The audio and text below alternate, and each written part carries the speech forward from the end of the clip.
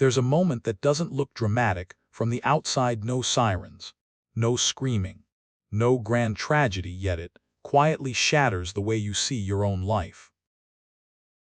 It happens when the calendar flips, when everyone is talking about new goals and new energy, and you're doing something painfully ordinary, standing at the sink, scrolling your phone, staring at the ceiling at 2:00 a.m., and suddenly you realize something that feels almost unbearable. You've been living on autopilot. Not because you're lazy, not because you don't care, but because your mind has been trained by fear, by noise, by pressure to keep running, even when your soul is begging you to stop. And here's the shocking part: it's not the stress that steals your peace. It's not the people. It's not even the problems. It's the invisible habit you repeat thousands of times a day, a habit so normal you don't even notice it until one day you do. And when you finally see it, you can't unsee it. Because once you understand this one thing, your entire 2026 can change, not in a cheesy motivational way, but in a real, grounded, almost eerie way, like someone quietly turned the volume down on your inner chaos. Stay with this story to the end, because the final practice is only 60 seconds, yet it has a way of reaching straight into the tightest places in your chest and loosening them like a door you forgot you had the right to open. If you want more calm, clear, deeply human Buddhist teachings for modern life, subscribe to Buddhism in Every Moment. Your support keeps this channel alive and gives us the motivation to keep creating more videos that bring peace back, one moment at a time. Part 1: The Quiet Doorway: How Peace Begins in One Ordinary Moment. The year turns, and the world gets loud about it. Even if the room is quiet, even if the street outside is empty, there's still a kind of noise that rises in the air when a calendar flips. It's the noise of expectation. The noise of pressure dressed up as celebration. The noise of everyone pretending they're starting fresh, while secretly carrying the same tiredness in their chest, the same unfinished grief, the same quiet fear that never made it into last year's highlight reel. Fireworks are dramatic, but they don't last. They bloom, they crackle, they vanish, and for a second the sky looks like it has been split open. Then the smoke drifts away, the glitter settles, and the night returns to being a plain, honest night. What stays is what no one posts. The moment after the noise, when the phone stops buzzing, when the last Happy New Year fades into silence, when the house goes still, and there's nothing left to do but return to your own life. Not the version you show the world. The real one, the one you live inside. That's when the truth often arrives. Because when the celebration ends, you're still here.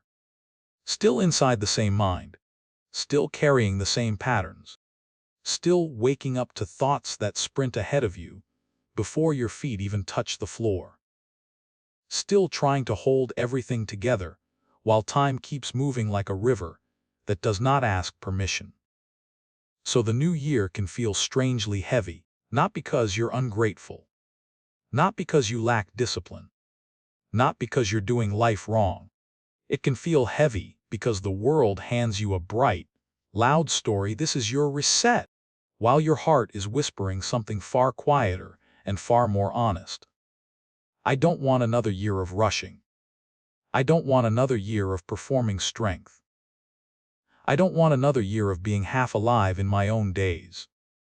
I want peace. Most people have been taught to treat peace like a destination. Like a place you arrive after you fix everything. After you become better. After you finish the work. After you earn it by grinding through the hard parts and proving you deserve rest. But peace doesn't work that way. Not real peace. Real peace is not a reward you collect at the end of a perfect life. Real peace is a practice you return to in the middle of an imperfect one. It's not something you wait for someday. It's something you cultivate in the smallest moment you're actually living. not later. Now, and this is where a single question can become a doorway small enough to miss, gentle enough to resist, powerful enough to change the direction of an entire year. Not as pressure, not as a command, not as a voice yelling at you to hustle your way into enlightenment. As an invitation, if not now, when? Not, why aren't you better already? But, you can come home right now. Not, fix your whole life this year. But, what if you didn't abandon yourself in this hour? Because the big year isn't one dramatic event. A year is millions of tiny seconds stitched together. Seconds you spend clenched. Seconds you spend scrolling.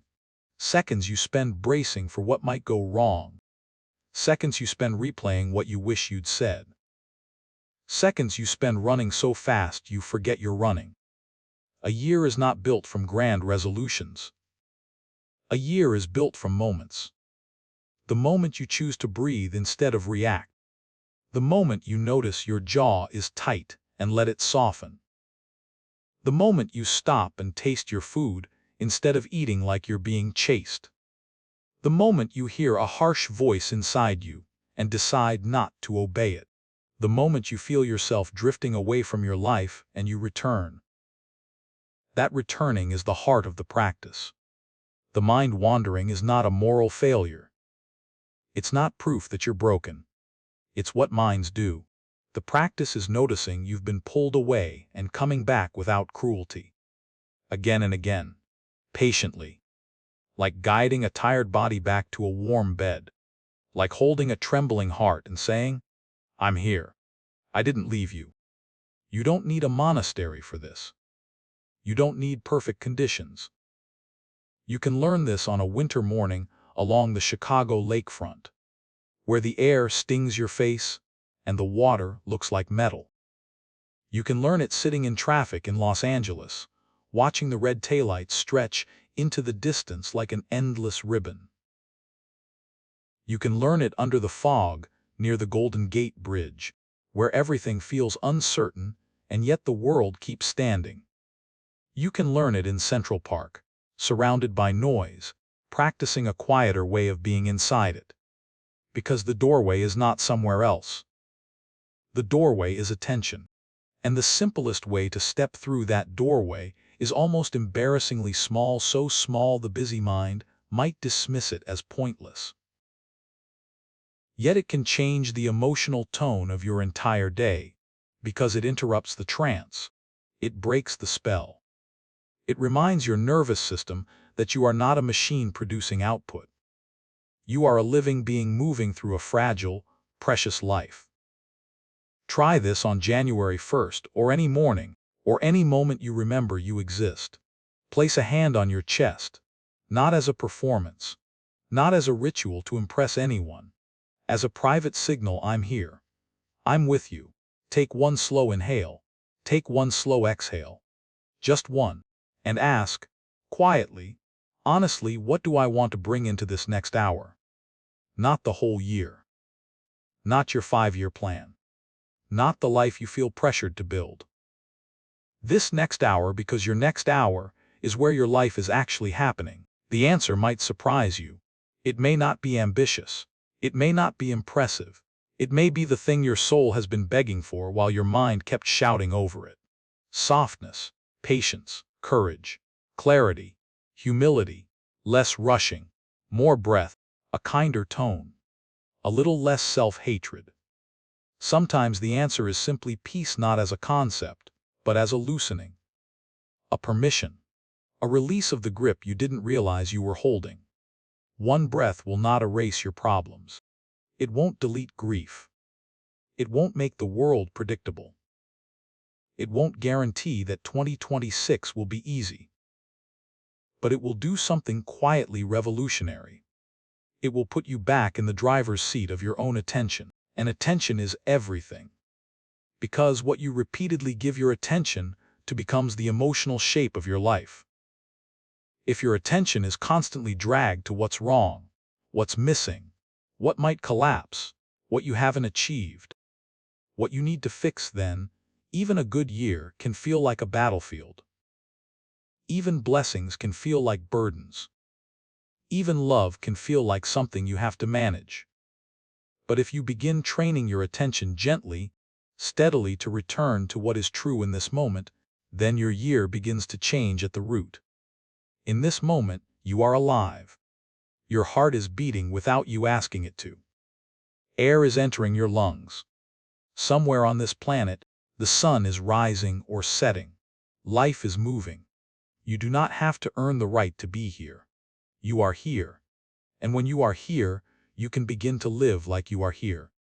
That's what mindfulness actually is, the simple, fierce act of knowing what is happening while it is happening.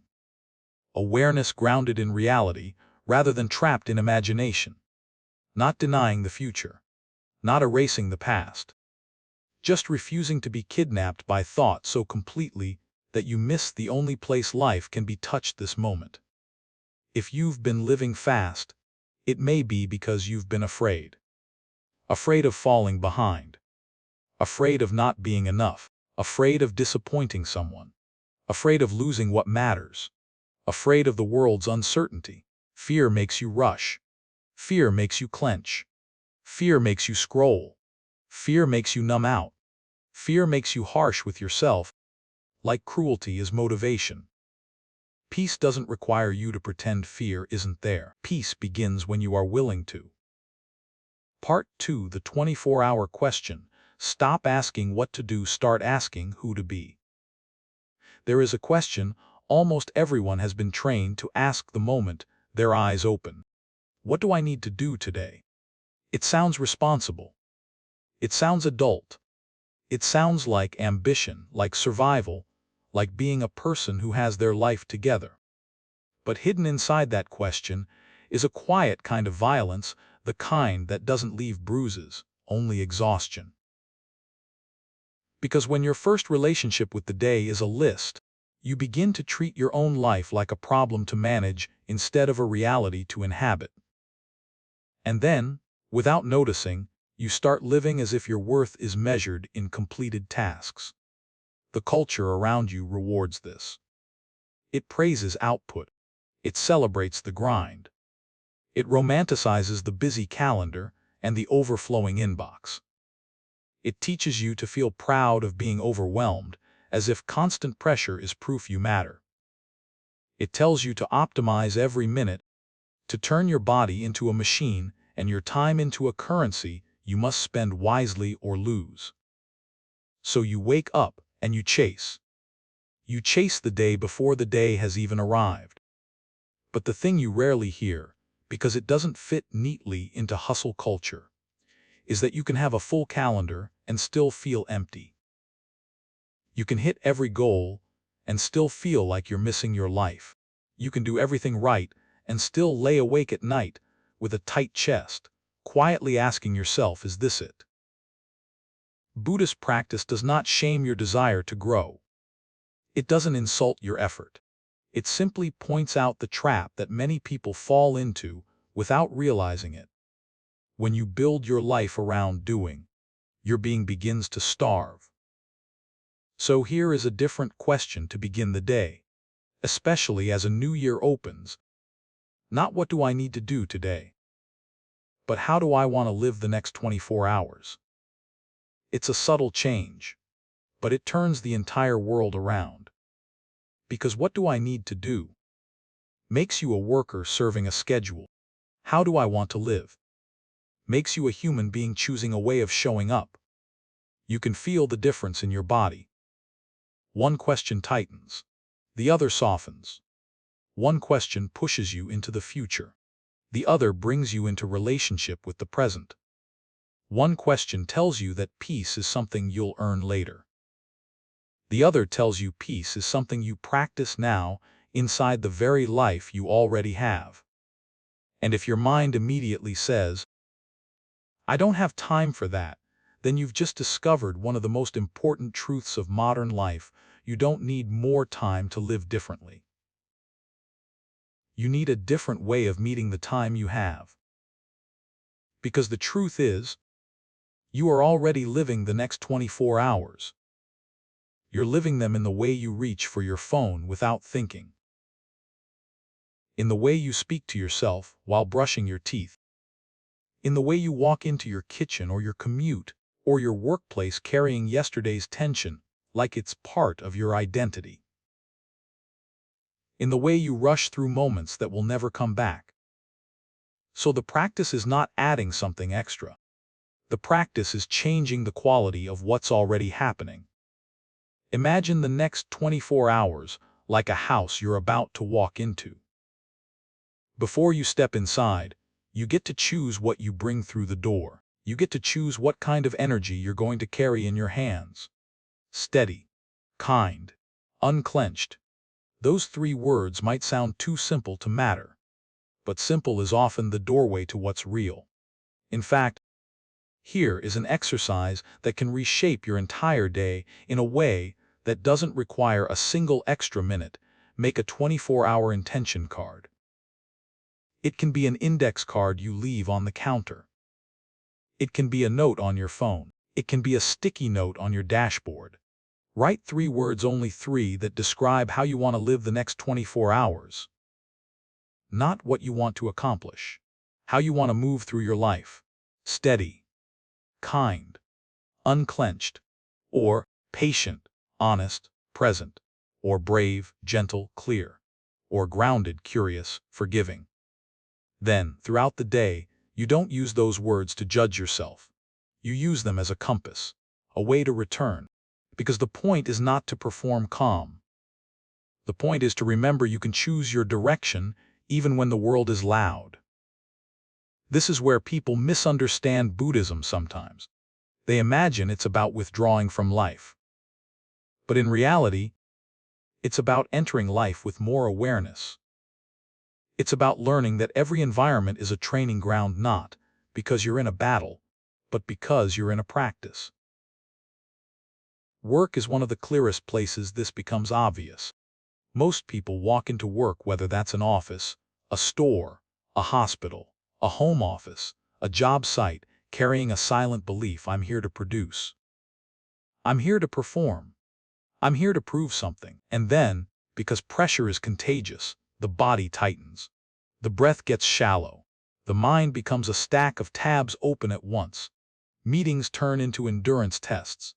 Emails become landmines. Messages feel urgent, even when nothing is truly urgent. And little by little, your nervous system learns a habit: clench first, breathe later. But what if work could become a place you practice presence, not just productivity, not by moving slower, not by ignoring responsibilities, but by learning to meet each moment with a steadier mind? The next meeting you attend, whether it's in person or on a screen, could become practice.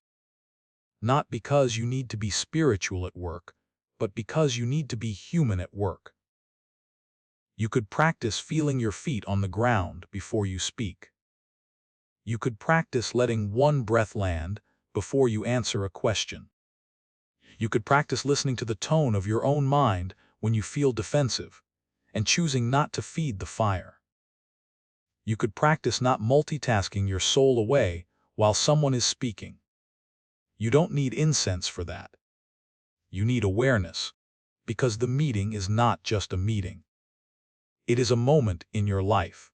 It is part of your one wild, brief existence on this planet.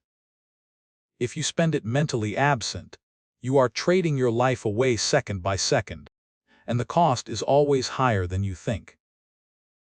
At home, the training ground becomes even more intimate, because home is where you reveal your real habits.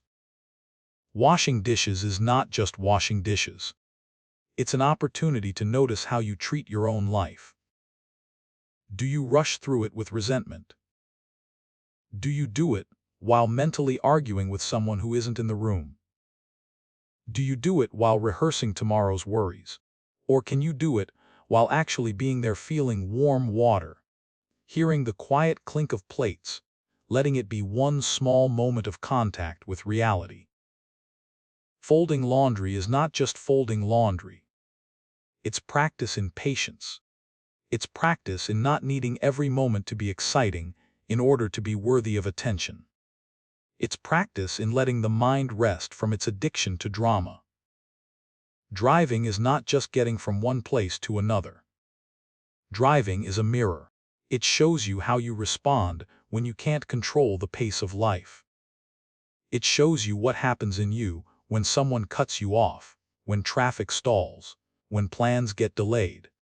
Those moments are not wasted time. They are real time, your time, offering you the chance to practice being unclenched in a world that constantly tries to tighten you. And then there's the deepest training ground of all relationships. Because relationships reveal not only what you do, but who you are when your heart is touched. Here is something most people don't realize until much later. Love is not only a feeling. Love is attention. Love is tone. Love is how you show up when you're tired. Love is whether you can offer presence without needing to fix, whether you can listen without planning your response, whether you can be kind even when you're under pressure. Many people believe they don't have enough time for love. But that is often not the real issue. The real issue is that they don't bring themselves fully into the time they do have. You don't need an extra hour to be loving. You need one moment of true attention. One moment where you put down the internal noise and actually feel the person in front of you. One moment where your voice softens instead of sharpens. One moment where you stop trying to win and start trying to understand.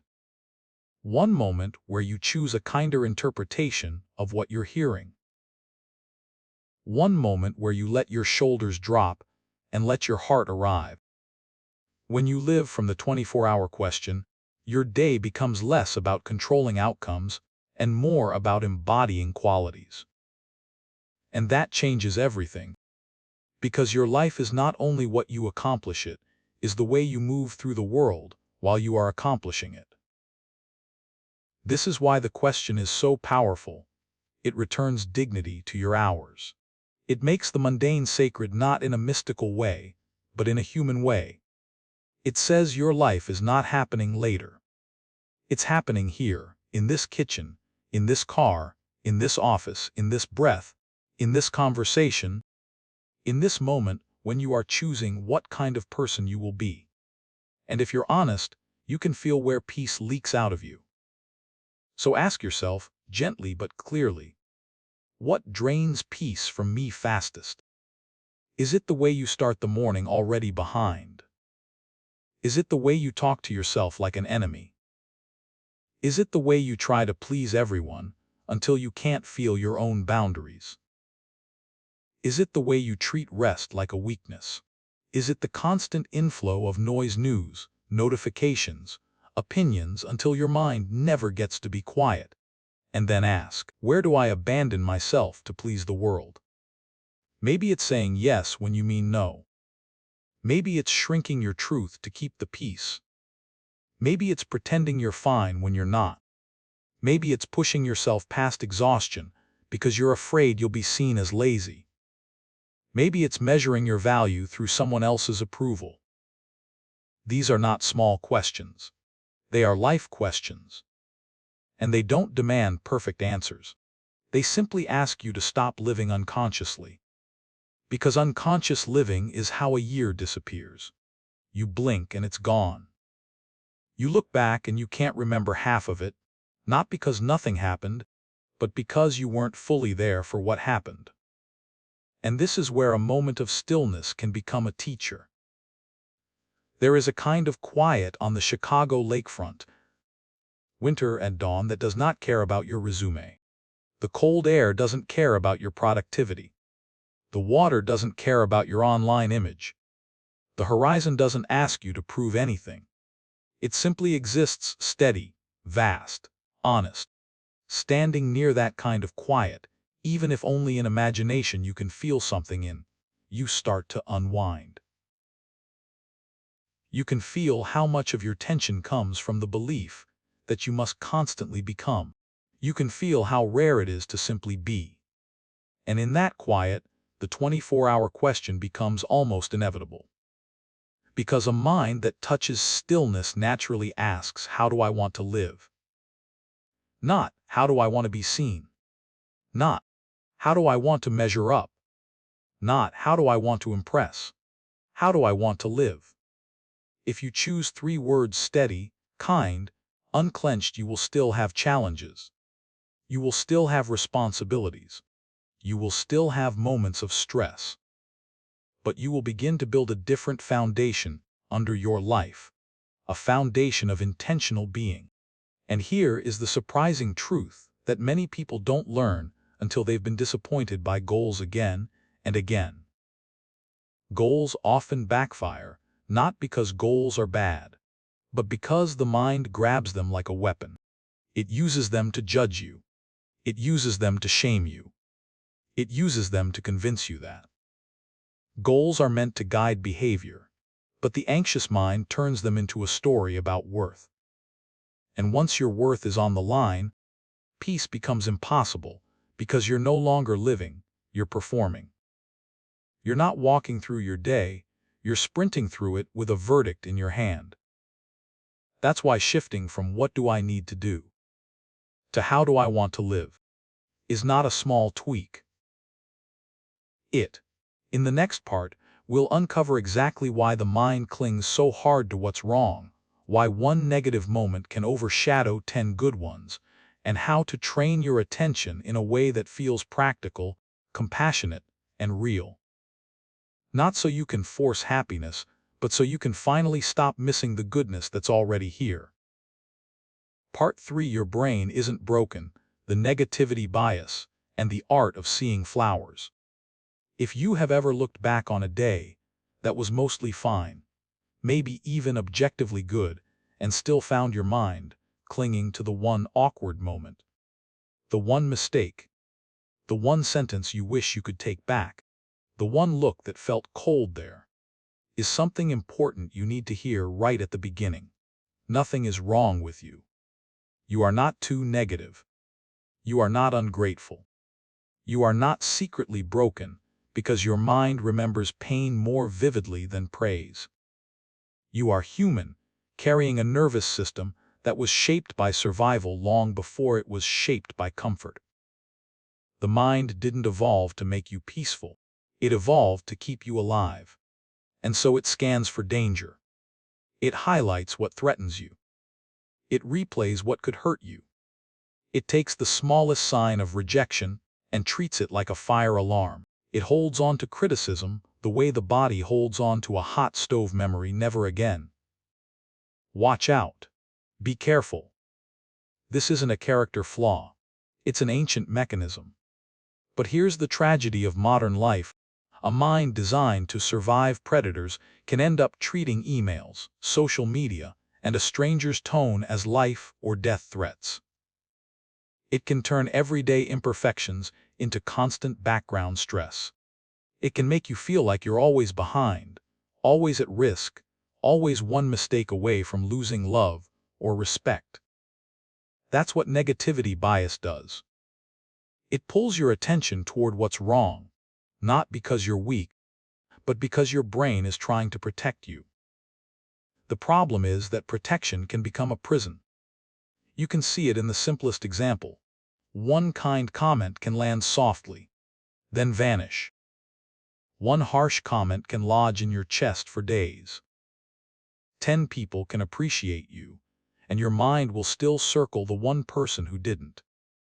A whole week can hold moments of beauty, and your memory will still zoom in on the one moment of embarrassment, like it was the headline of your life. And if you don't understand this, you start to believe the story the mind tells.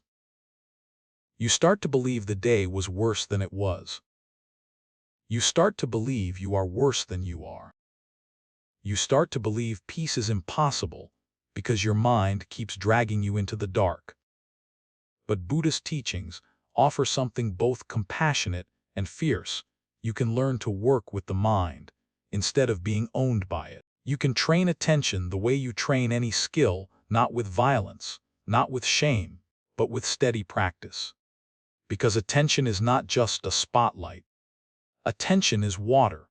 Whatever you water grows. This is where the garden metaphor becomes more than poetic. It becomes practical. Your inner world is a garden, and every day you are watering something, sometimes on purpose, sometimes without realizing it. You water fear when you scroll through outrage before you've even eaten breakfast. You water comparison when you measure your life against curated images. You water resentment when you replay the same argument in your head like it's a movie you can't turn off. You water shame when you keep speaking to yourself with contempt and calling it motivation. You water restlessness when you never let your mind sit still long enough to hear your own heart. And the mind loves to argue, but I'm just being realistic. Realistic is not the same as obsessive. Realistic is not the same as rehearsing worst-case scenarios until your body believes they're happening now. Realistic is not the same as living inside a constant, quiet emergency. Negativity bias can masquerade as wisdom, but it often feels like contraction. It narrows your world. It makes your chest tight. It makes your breath shallow. It makes you forget that, even on hard days, there are also things that are still alive, still good, still worth noticing. This is not about pretending everything is fine. It's about refusing to let your mind erase the flowers simply because compost exists. Because life contains both. There is pain, and there is beauty. There is loss, and there is love. There is conflict, and there is repair. There is fear, and there is courage.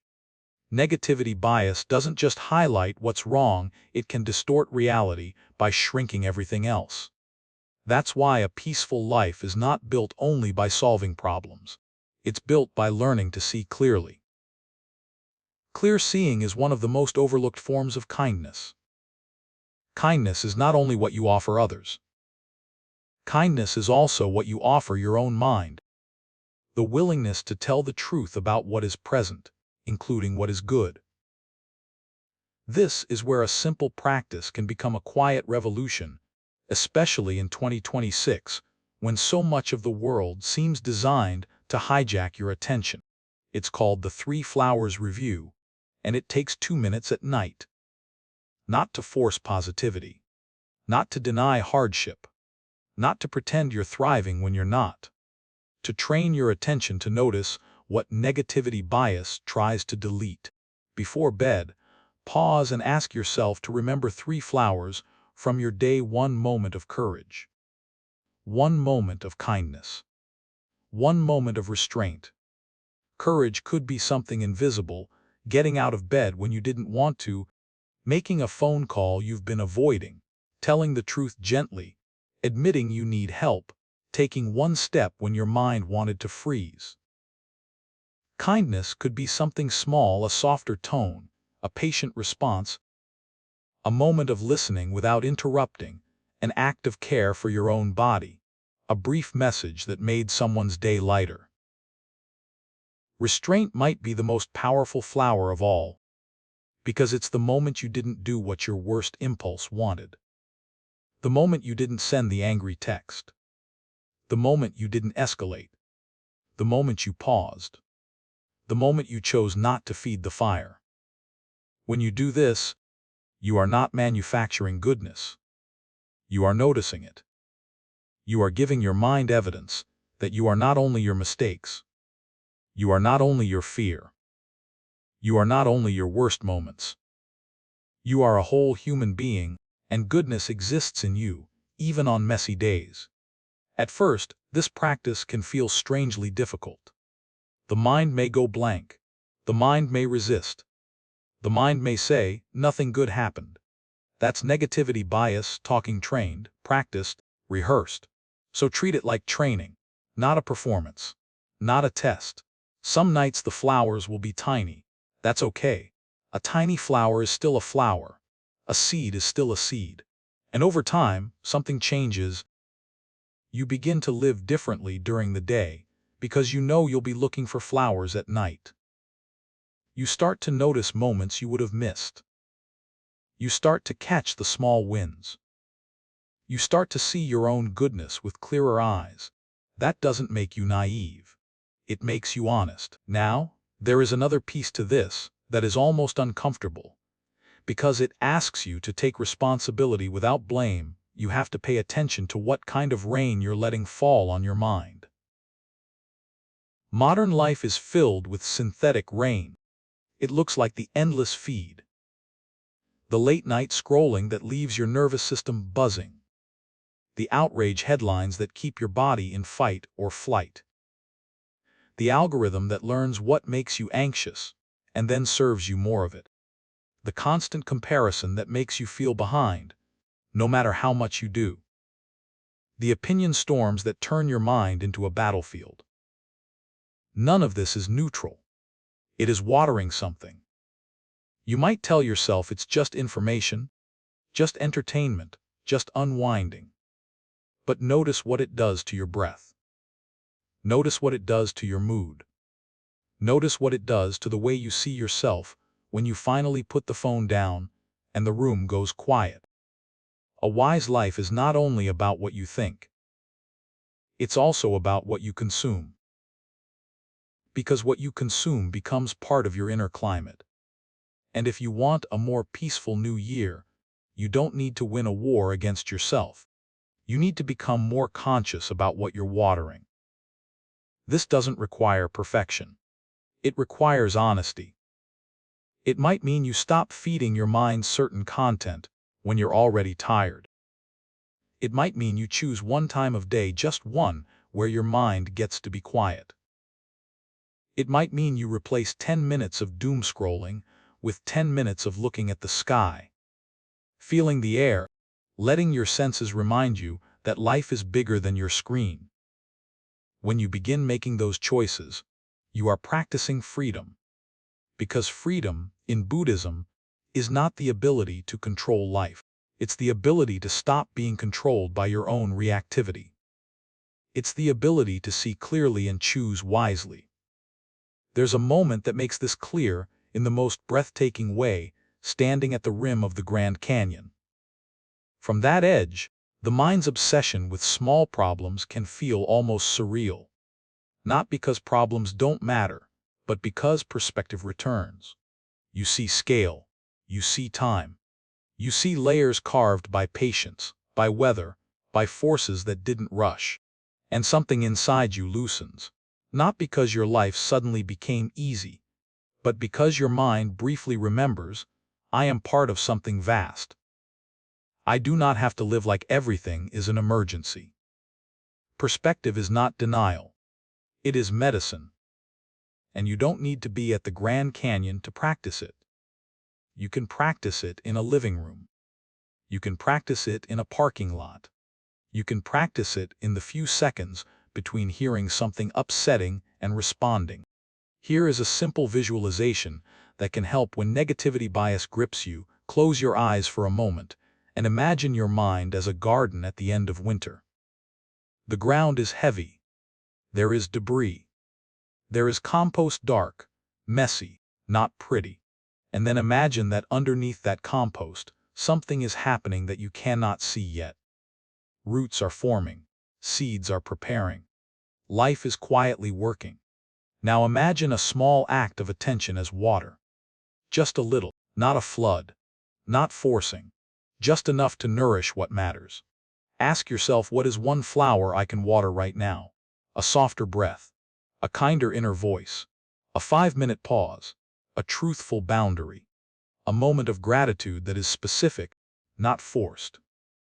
A decision to stop scrolling and come back to your body. This is how you begin to retrain the mind. Not by shaming it for having fear.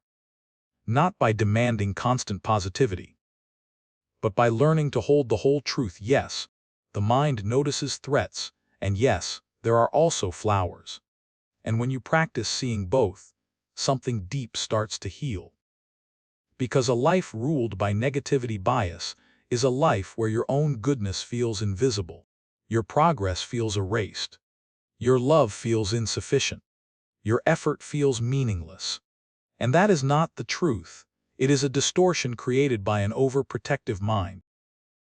So let 2026 be the year you stop treating your brain like an enemy and start treating it like a nervous system that needs training and care. Let it be the year you learn to water what you want to grow. Let it be the year you stop missing the quiet evidence of your own strength. And there is one more truth, one you may not want to face, but one that changes everything once you do.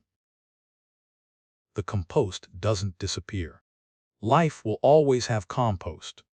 The goal is not to eliminate it. The goal is to learn how to work with it, so it becomes nourishment instead of poison. That's what comes next. Because when you finally learn how to turn the messy, painful parts of life into something that deepens you, rather than destroys you, peace stops feeling fragile. It stops feeling like a mood you lose the moment something goes wrong. It becomes something steadier, something you can return to, even when the year is loud. Part 4: Compost and Gold, Turning What Hurts into What Heals. There is a kind of pain that doesn't scream. It doesn't always come with a dramatic story. Sometimes it sits quietly under the surface and shows up as tension in the shoulders, a short temper in the afternoon, a hollow feeling at night, a heaviness that makes even simple tasks feel like walking through deep water. It's the pain people learn to carry while still functioning. The kind that whispers, "You should be over this by now." The kind that makes you smile in public and collapse in private. The kind that turns into a habit, because if you've carried something long enough, it can start to feel like part of who you are. Buddhist teachings don't ask you to pretend that pain isn't there. They don't ask you to stay positive in a way that erases the truth. They ask something far more brave and far more tender. Can you stop running from what hurts long enough to meet it with awareness? Because what we avoid doesn't disappear. It waits. It hardens. It leaks out sideways. It becomes the sharp word you didn't mean to say. It becomes the numbness you can't explain. It becomes the late-night scrolling you don't even enjoy. It becomes the restless hunger for something, anything, to take the edge off.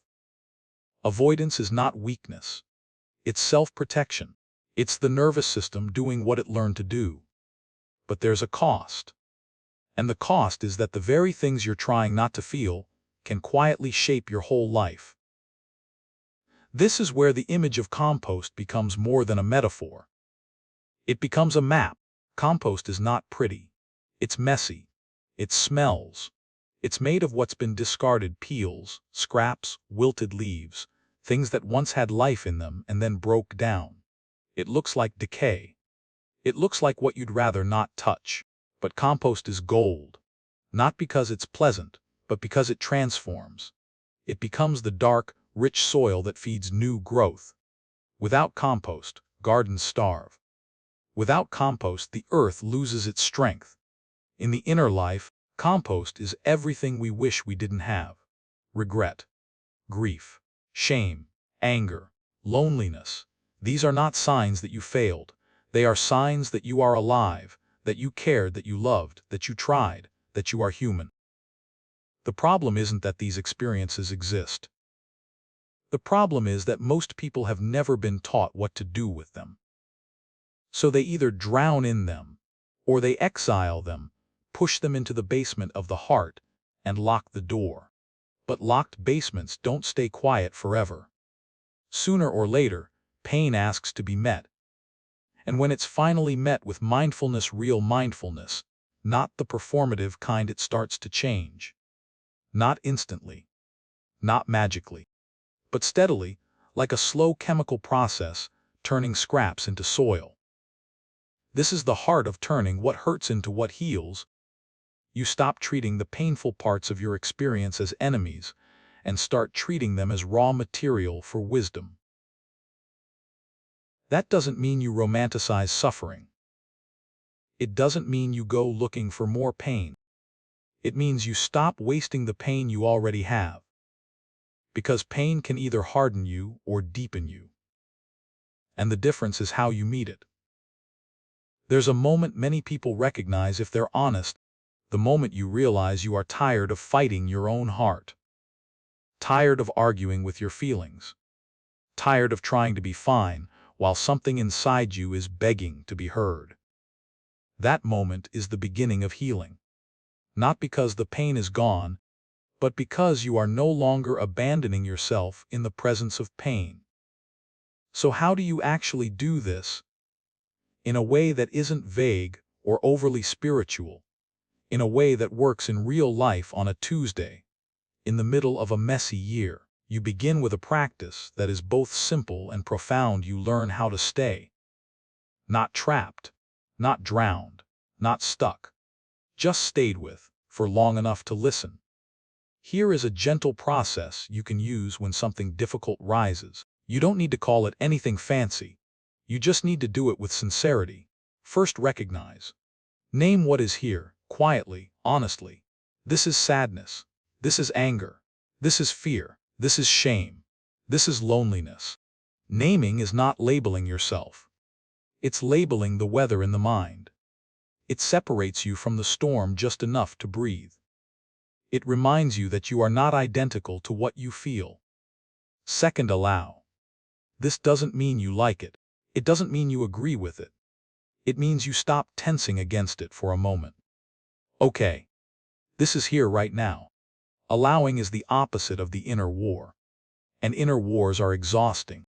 You can spend a lifetime trying to win against your own emotions and still lose your peace every day. Allowing is saying, I'm not going to make this worse by fighting what's already happening. Third, investigate gently, not like an interrogation. Like carrying curiosity. Where do I feel this in my body? Is it tightness, heat, numbness, a knot, a hollow place? What is this feeling trying to protect? What does it need from me right now? Often, beneath anger is hurt. Beneath shame is a longing to belong. Beneath loneliness is a hunger for connection. Beneath fear is the desire to be safe. Investigation reveals the heart under the emotion, the human need that got wrapped in pain. Fourth, nurture. This is where healing becomes real. Place a hand on your chest if you can. Or rest a hand on your stomach. Offer yourself something you would offer someone you love, not in a fake way, but in a human way. This is hard. I'm here. I won't leave myself. May I be gentle with this. Nurturing doesn't erase the emotion. It changes the relationship. It turns inner cruelty into inner support. It creates space for the nervous system to settle, so wisdom has room to enter. This process is what makes compost turn into soil. It's not glamorous. It doesn't impress anyone. It won't get applause. But it will save you. Because the pain you meet with tenderness becomes teachable. The pain you meet with hatred becomes poison. Now here's what many people fear: if I allow this, won't it swallow me? That fear is understandable. Some emotions feel like oceans. And if you've never learned to swim, of course you're afraid of water. So start small. Start safely. Start with something that is present but not overwhelming.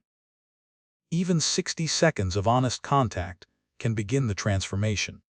And if something feels too big, too intense, too consuming, this is important: get support. A therapist, a trusted professional, a grounded spiritual community, a safe person. Compost becomes soil faster when you don't have to carry it alone. But for the everyday pain, the kind that lives in most hearts, there is a practice that can change the way you move through 2026. It's called a compost page. Once a week, take a blank page. Title it Compost. Then write without performing. Write without trying to sound wise. Write raw, but gently. What am I carrying that I never let become useful? What emotion am I tired of fighting? What truth have I been avoiding because it's uncomfortable? What lesson might be hidden inside this ache? What do I need that I keep pretending I don't need? Then, at the bottom of the page, write one small act of care you will offer yourself this week. Not a dramatic overhaul. Something real: a walk without headphones. A boundary with your phone after 10 p.m. a quiet breakfast without rushing, a conversation you've been delaying, a decision to stop punishing yourself for being human. This is not journaling for productivity. This is journaling as alchemy. Because when you name your pain and treat it with respect, it stops being a shadow that controls you. It becomes material you can work with. Let's talk about each kind of compost for a moment, because each one has a different texture. Regret is compost that says, "I wish I could go back." Regret can be brutal because it carries the fantasy of a different timeline. It points to the place where you think you ruined everything, where you think you failed, where you think you lost your chance. But regret also reveals what you value. It reveals what matters to you. It reveals the love underneath the mistake. If you meet regret with awareness, it can become wisdom. It can teach you what you want to do differently now without forcing you to live in self-punishment. Grief is compost that says, something mattered, and it's changed. Grief is not only about death. It's about loss in all forms. The end of a season, the end of a relationship, the version of yourself you don't get to be anymore, the dream that didn't happen, the time that slipped away. Grief becomes heavier when you try to be strong in a way that denies your heart. Grief becomes softer, not gone, but softer when you let it be true. Shame is compost that says, "I am unworthy." Shame is one of the most corrosive emotions because it doesn't just say I did something wrong. It says I am wrong. It tries to exile you from belonging. It makes you hide.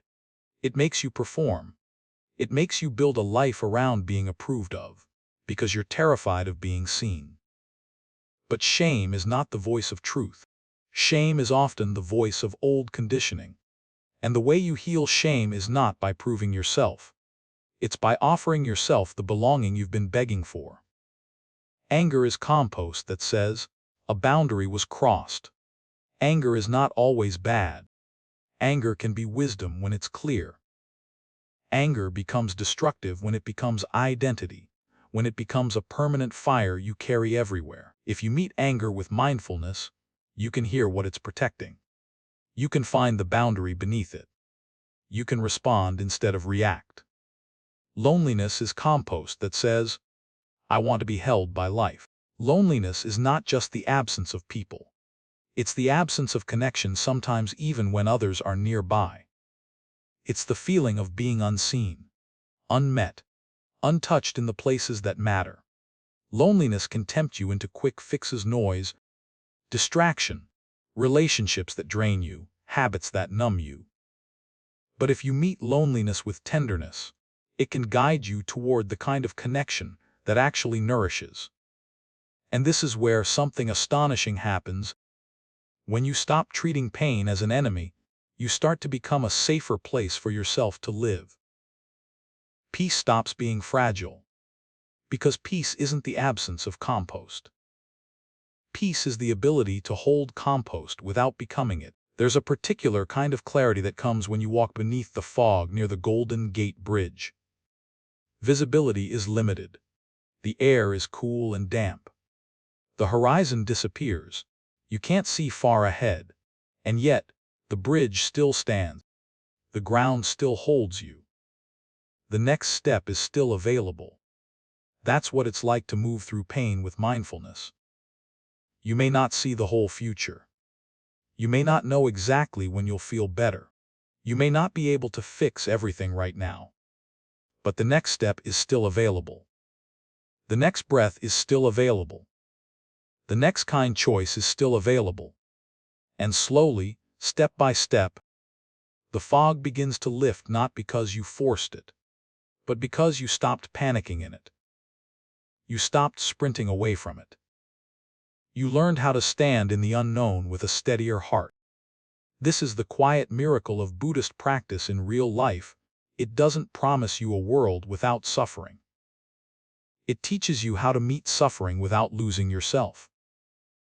And now, here is something that matters deeply, because it changes how you understand your entire year. If you don't learn how to work with pain, You will spend your life trying to outrun it. You will chase achievement to feel worthy. You will chase distraction to avoid feeling. You will chase control to feel safe. You will chase approval to feel lovable. And even if you get what you chase, peace will still slip through your fingers, because the problem was never the external world. The problem was the unfinished relationship with your inner world. But when you learn to turn pain into compost, you stop being so afraid of your own heart. You stop living like one difficult feeling can destroy you. You begin to trust yourself. You begin to understand that healing is not the absence of breakdowns. Healing is the presence of return. Return to breathe. Return to the body. Return to honesty. Return to care. That is how hurt becomes healing. That is how compost becomes gold. And in the next part, we'll move into the practice that protects this transformation in everyday life: boundaries, not walls, not coldness, but sacred choices about what you allow to water your mind and shape your heart. Because once you learn that attention is soil, you begin to understand that what you let into your life is not just life. It is cultivation. It is training.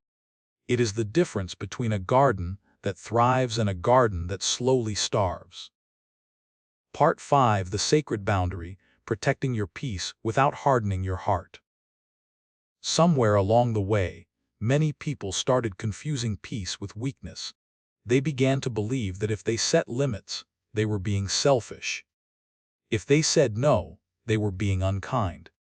If they stepped back, they were failing. If they protected their inner life, they were too sensitive. So they kept their doors open, every door, all the time. Open to every notification. Open to every request. Open to every emotional storm in the room. Open to every headline designed to spike the nervous system. Open to every conversation that drains the soul dry. Open to every internal voice that says, do more. Be more. Prove yourself. And then, quietly, they lost something they couldn't name at first. They lost the feeling of being at home inside themselves. Because a life without boundaries is a life where your attention is constantly being taken. Not asked for, taken. Your peace is constantly being negotiated.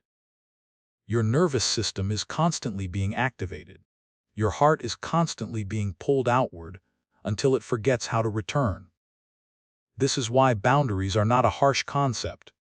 They are not a wall. They are not a weapon. They are not an act of aggression. A boundary is a form of wisdom. A boundary is the way you tell the truth about what your life can hold. And in Buddhist practice, this truth matters because your mind is not separate from what it touches. Your inner world is shaped moment by moment by what you repeatedly allow to enter it. Not because you're fragile, but because you're human. You can't pour clean water into a glass that's constantly being filled with sand and expect the water to stay clear. So the question becomes deeply personal and deeply practical.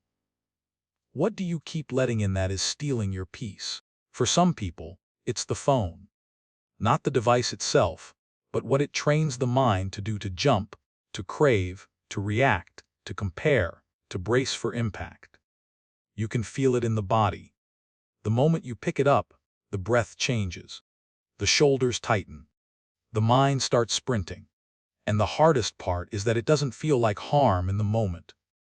It feels like just checking, just staying informed, just relaxing, just passing time. But the nervous system doesn't experience it as just. It experiences it as stimulation, as interruption, as a low-grade emergency that never fully ends. This is why one of the most loving boundaries you can set in 2026 is a digital boundary, not as a moral rule, but as an act of care for your mind. It might begin with something almost laughably small: not touching the phone for the first 10 minutes after waking. 10 minutes doesn't sound like much, but it's the difference between beginning your day inside your own life and beginning your day inside 1,000 other people's voices. It's the difference between waking up with your nervous system intact and waking up already fragmented. Or it might be a boundary at night, choosing a time when the mind gets to stop consuming. Not because you're trying to be perfect, but because you're trying to sleep like a human being again, deeply, honestly, without the aftertaste of doom scrolling in your chest. A boundary is not deprivation. It's direction. It says, I choose what shapes me. And in a world that makes money from your attention, that choice is a form of freedom. Another boundary many people avoid is emotional. This one is subtle because it doesn't look like a rule. It looks like a habit of self-abandonment, absorbing everything, absorbing everyone's moods, absorbing everyone's expectations, absorbing the unspoken pressure to be easy, agreeable, available, absorbing the feeling that you must carry the room, fix the tension, smooth the edges, keep everyone okay.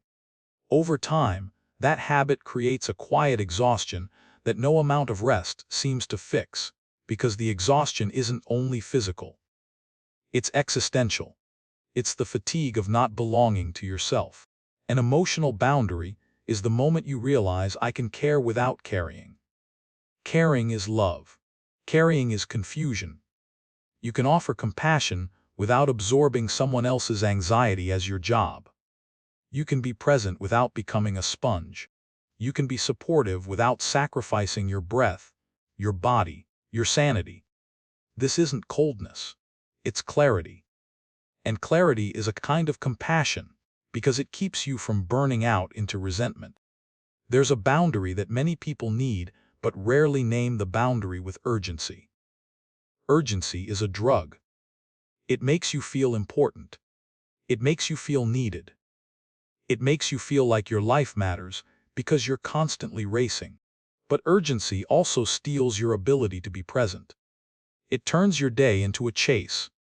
It turns your relationships into transactions. It turns your mind into a clenched fist. Some things are truly urgent. Many are not. Many simply arrive with a loud tone and demand to be treated as life or death. A sacred boundary is learning to respond to life rather than being yanked by it. Sometimes that means letting an email sit for an hour. Sometimes that means not answering immediately just because a message arrived. Sometimes that means pausing before you commit, even if you feel pressured to say yes. One of the simplest boundary phrases you can practice this year is, I need a little time to think before I commit. That sentence is not rude. It's honest. It's mature. It's the voice of someone who respects their own limits. Another powerful phrase is, I can't do that, but I can do this. It turns no into a doorway instead of a slam. It protects your capacity while still offering care. Because boundaries do not have to be harsh to be real. The deepest boundaries, though, are not the ones you set with other people. They are the ones you set with the voice inside you that keeps insisting you are never doing enough. That voice is unbelievably persuasive. It speaks in your own language. It knows your insecurities. It shows up as motivation, but leaves you feeling smaller. It pushes you past exhaustion and calls it discipline. It compares you to an imaginary standard and calls it improvement. If you never set a boundary with that voice, it will run your entire year. It will make every accomplishment feel insufficient. It will make rest feel like guilt. It will make peace feel undeserved. So a sacred boundary can sound like this, said quietly inside the mind. I hear you, and I'm not going to live under your whip today. That is not laziness. That is liberation. This is where Buddhist practice becomes very real. It's not about floating above life. It's about seeing clearly the patterns that create suffering and choosing not to feed them. A boundary is a choice about what you feed. And if you're honest, you already know what feeds your suffering. For many people, it's the constant stream of information. The belief that being informed requires being flooded. The habit of reading headlines until the heart feels tight, then reading more as if the tightness will somehow resolve by consuming the very thing that caused it. But your nervous system was not built to digest the entire world's pain every hour. Compassion is real, and it matters, but so does capacity. A boundary doesn't mean you stop caring. It means you care in a way that doesn't destroy you. One gentle practice that can make a surprisingly big difference is what could be called a digital Sabbath light. Not a full day.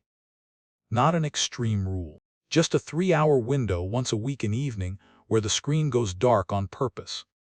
No scrolling. No news. No social media. No algorithm tugging at your attention. At first, the mind may protest. It may feel restless, like it's missing something. But what it's really missing is stimulation. And underneath that stimulation, something else becomes possible, the return of your own mind. In that 3-hour window, you might take a walk. You might stretch. You might read a few pages of a book. You might cook slowly.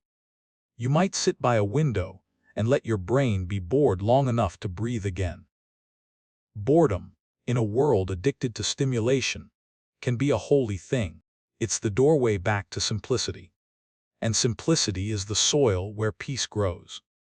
Time boundaries matter too, because so many people live as if their day is a public resource.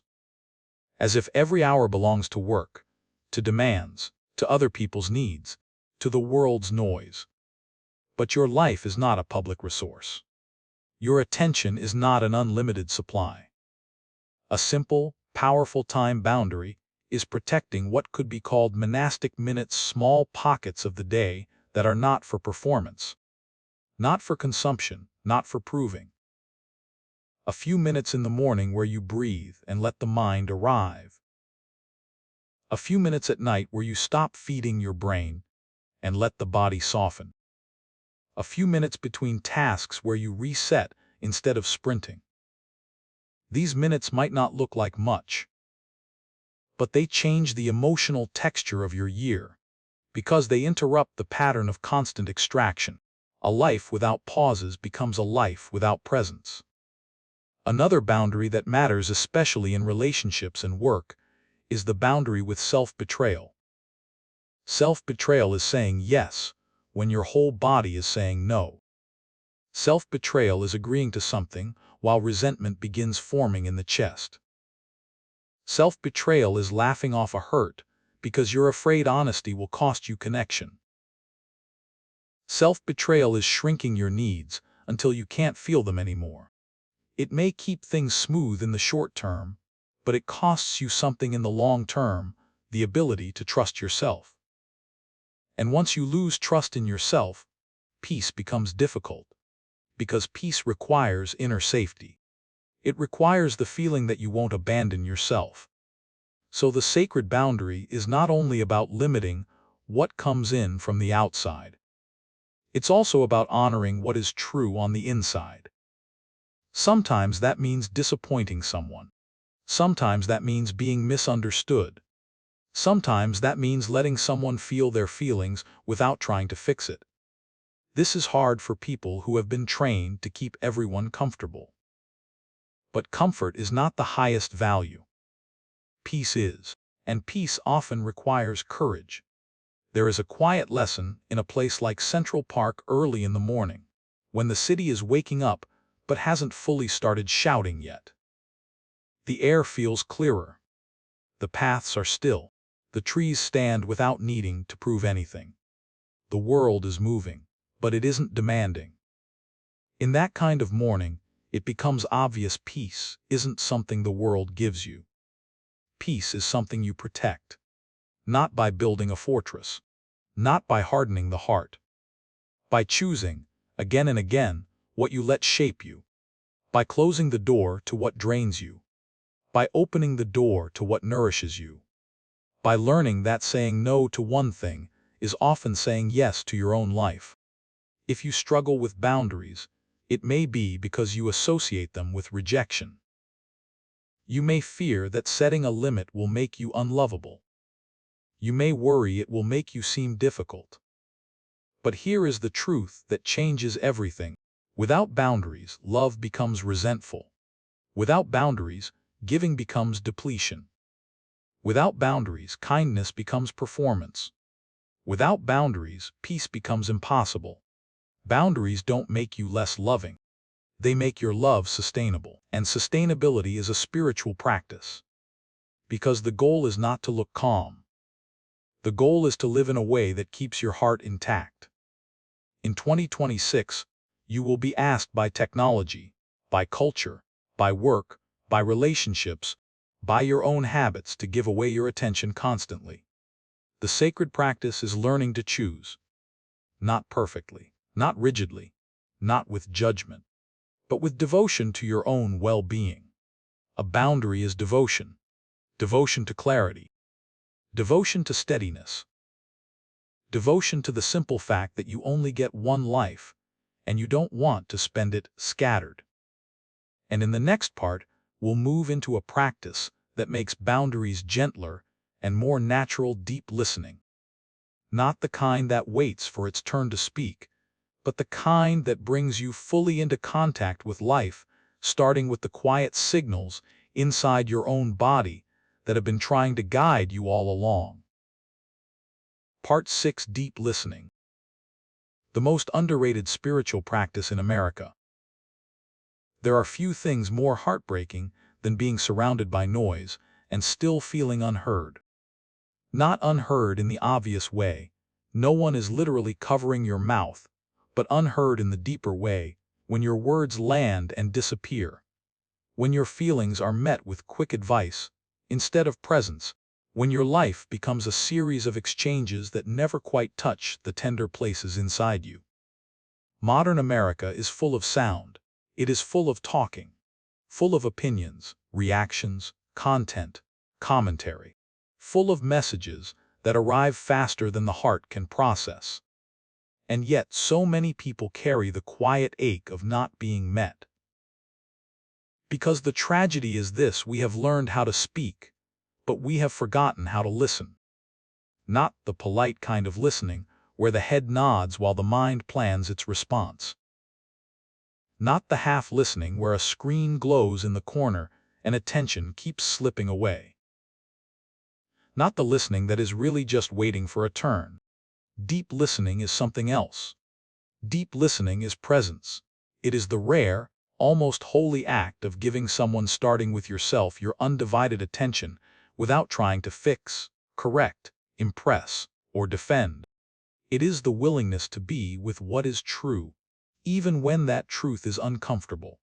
And here is what many people do not realize: the ability to listen deeply to others begins with the ability to listen deeply to your own life. If you cannot hear yourself, you will struggle to hear anyone else. You might still respond. You might still offer advice. You might still nod and say the right words. But real listening requires a grounded inner space, a steadiness that comes from being in contact with your own body, your own breath, your own emotional weather. Without that inner contact, every conversation becomes a subtle negotiation of survival. You listen to protect yourself. You listen for threats. You listen for what might make you look bad. You listen while rehearsing your defense. You listen while searching for the right answer so you can stop feeling helpless. And then connection fails, not because you don't care, but because your attention never fully arrives. This is why deep listening is a spiritual practice. Not because it is mystical, but because it trains the heart to stay present instead of running away. In Buddhism, mindfulness is often taught as awareness of breath and body. But its deeper purpose is this: to create a stable home inside you so you can meet life as it is. Listening is one of the clearest ways to see whether you have that home. Most people don't realize how rarely they're fully here. The body might be sitting in a chair while the mind is miles away, replaying a conversation from last week, worrying about tomorrow, drafting a response to something that hasn't even happened yet. Deep listening begins when you notice that pattern and choose to return. Not with force, with gentleness. And there are 3 places you can begin listening, right now, without changing your schedule or your personality. First, listen to the body. The body is always telling the truth, even when the mind is performing. The body knows when something is too much. It knows when you're tired. It knows when you're tense. It knows when you're bracing. It knows when you're saying yes, while your stomach twists into a knot. Most people live as if the body is a vehicle they drive until it breaks. They only listen when it screams, when the panic hits, when the headache won't go away, when sleep becomes impossible, when the chest feels tight for no obvious reason. But deep listening is learning to hear the body's quiet signals before they become alarms. The tight jaw, the lifted shoulders, the shallow breath, the clenched stomach, the restless foot tapping like a drumbeat of unease. These signals are not inconveniences. They are messages. They are the body saying, "Come back. You're leaving again." That's what emotions are like when you learn to listen. They arrive. They recede. They return. They shift. The suffering comes when you fight the wave, when you tense against it, when you tell yourself you're not allowed to feel what you feel. The healing begins when you learn to meet the wave with awareness and let it move through without becoming your identity. Deep listening is learning the rhythm. And as you practice it, something begins to change in the most surprising way. You start to feel less alone. Not because life suddenly becomes perfect. Not because everyone suddenly understands you. But because you stop abandoning yourself. You become a witness to your own experience. You become present enough to feel your life again. And once you can truly hear yourself, you become capable of hearing others without drowning. You become capable of being with someone else's pain without panicking. You become capable of offering what so many people quietly crave, a presence that doesn't rush away. This is the gift of deep listening. It turns ordinary moments into connection. A conversation at the end of a long day becomes a chance to truly meet. A difficult discussion becomes a chance to slow down and speak with care. A moment of tension becomes a chance to soften rather than harden. A quiet moment alone becomes a chance to return home instead of reaching for distraction. In a world that teaches you to constantly broadcast, deep listening is the rare practice of receiving. It is the act of saying, "I'm here." And when that becomes your way of living, peace becomes less fragile. It becomes something you can carry into the very places that used to overwhelm you. In the next part, we'll move from listening to belonging, because deep listening naturally leads to the question of community. Not performative community, not shallow networking, but the kind of human connection that doesn't require you to be fixed before you're allowed to be held. Part 7: Sangha in a Busy World. How community becomes medicine. There is a kind of loneliness that doesn't come from being alone. It comes from being surrounded, connected, reachable, yet still feeling like no one is truly holding you. It comes from living in a world where you can send a message in 2 seconds, but can't find a place where you can exhale without pretending. It comes from the quiet pressure to look okay. Sound okay, be okay while your inner life is begging for something simpler and more human, to be seen without being fixed. In the Buddhist tradition, there is a word for the medicine we often underestimate: Sangha. Sangha is community, but not the shallow kind. Not the people who know your name kind. Not the networking kind. Sangha is the kind of togetherness that supports practice. The kind of belonging that makes it easier to stay awake in your own life. The kind of human field where your nervous system learns, through repetition, that it doesn't have to brace so hard. Because here is what many people don't realize until they hit a wall: willpower is not enough. You can have the best intentions in the world and still get swept away by stress. You can decide you're going to be calmer, kinder, more mindful, more grounded, and then one hard week arrives and all your patterns return like they never left. Not because you're hopeless. Because you're human. Human beings are not designed to heal in isolation. The myth of the self-made person is one of the most expensive lies in American culture.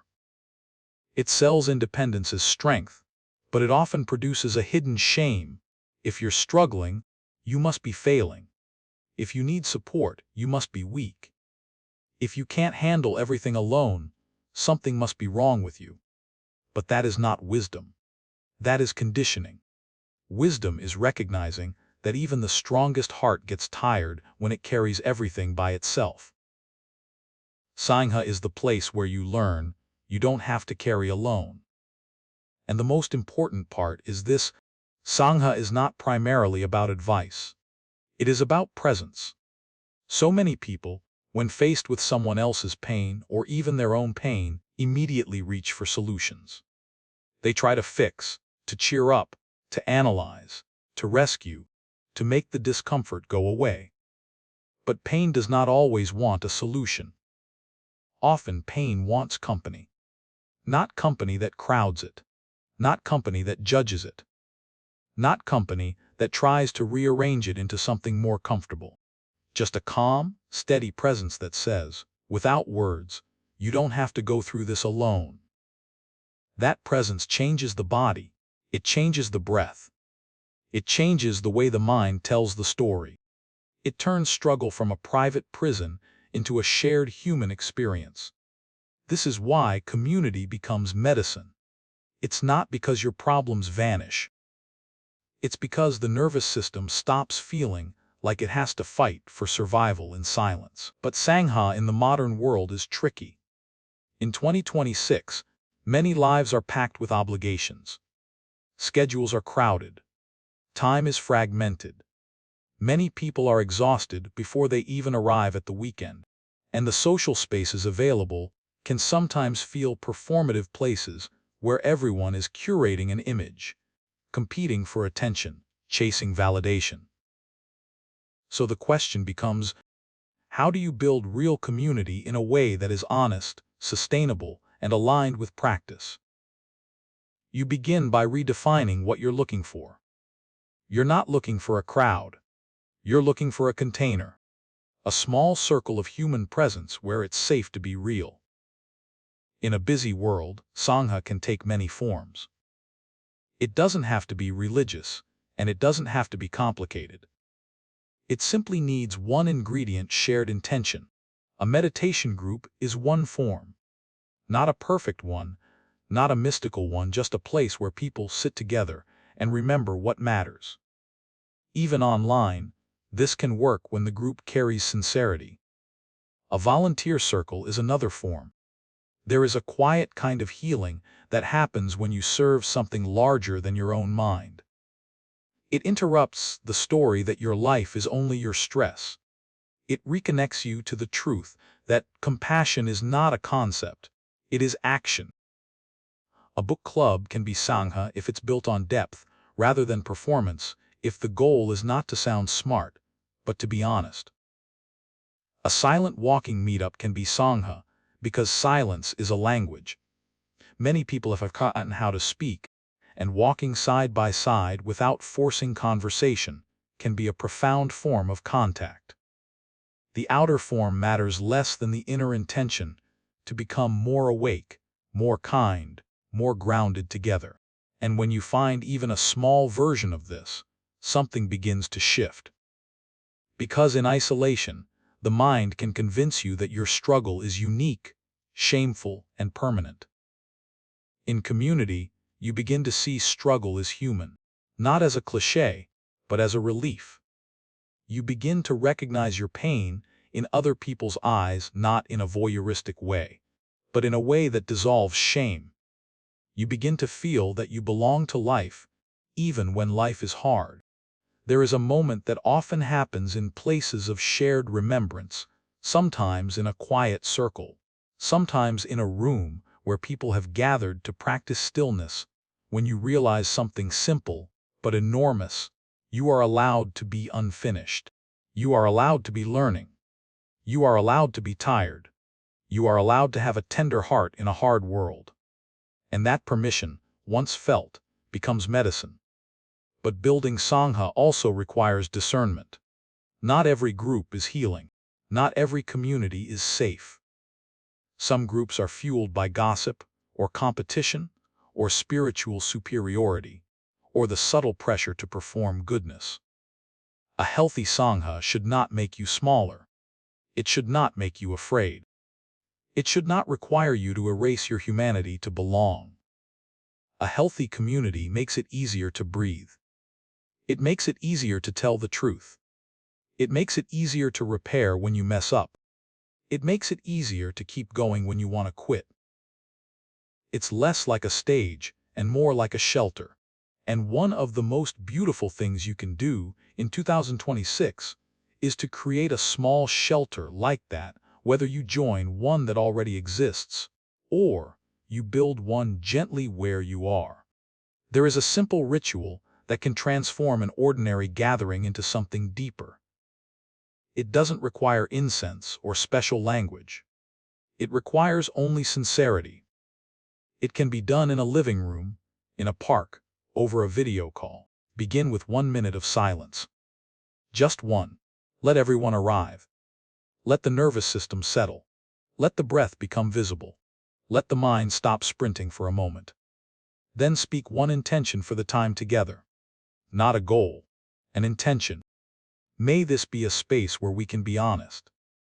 May this be a space where we listen.